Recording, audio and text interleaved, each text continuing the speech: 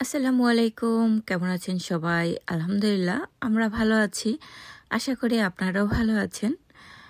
আমার জাপানে আরেকটি ব্লগ দেখার জন্য আপনাদেরকে ওয়েলকাম করছি। এই তো এখন 11টা বাজে, রোজার দিন। অনেকদিন পরে বাংলাদেশ থেকে এসেছি, আর বাসায় মোটামুটি অনেক বাজার সদাই লাগবে, তাই একটু একটু করে আমি যতটুকু পারছি করে নিয়ে আসতেছে। কারণ ওর আসার পর থেকেই গত 2 দিন যাবৎ কাজ ছিল আর কি। যেহেতু কাজের মানুষ, কাজ করতে হবে, তাই কাজে গিয়েছে। জাপানে এখন চেরি ব্লসমের সিজন চলছে, আর রাস্তার আশেপাশে সব জায়গায় এই যে কি সুন্দর, দেখেন কি দারুণ। আমার তো চোখ আর নামছে না এই দিকে তাকাতে তাকাতে। যাই হোক, এখন আমি চলে যাব হচ্ছে মার্কেটে। আর মার্কেটে গিয়ে সামনেই দেখতে পেলাম এই যে, তাও কি সুন্দর স্ট্রবেরি আর বিভিন্ন ফলমূল আর কি। আর আমার স্ট্রবেরি দেখতে খুবই ভালো লাগে, খেতেও খুব মজা। বাংলাদেশের মতো না আর কি। বাংলাদেশের স্ট্রবেরিগুলো একবার মুখে দিলে দ্বিতীয়বার আর মুখে দেওয়া যায় না, আর এখানের স্ট্রবেরিগুলো খুব টেস্টি হয়।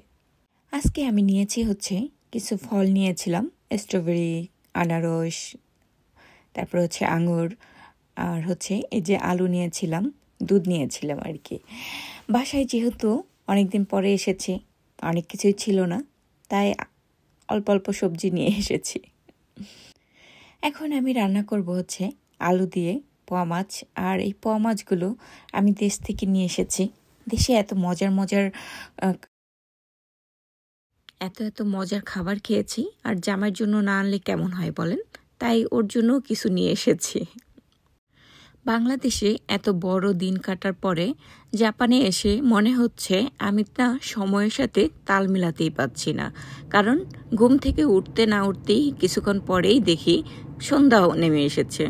তবে এটা আর বেশি দিন সহ্য করতে হবে না, কারণ আর কয়েকটা দিন পরেই জাপানের দিনটাও বড় হয়ে যাবে, তখন আমিও তাল মিলাতে পারবো আস্তে আস্তে।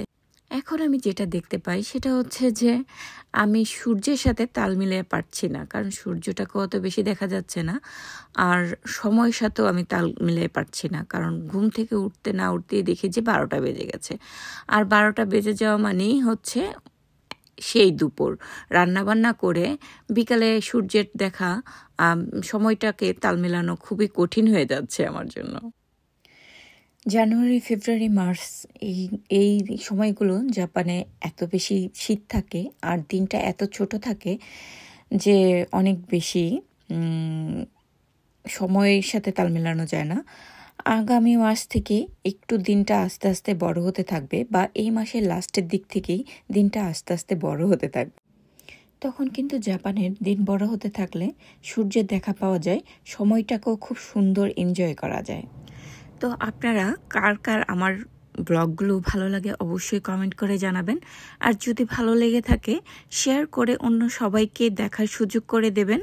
আশা করি ভালো থাকবেন, সুস্থ থাকবেন। আজ এই পর্যন্তই।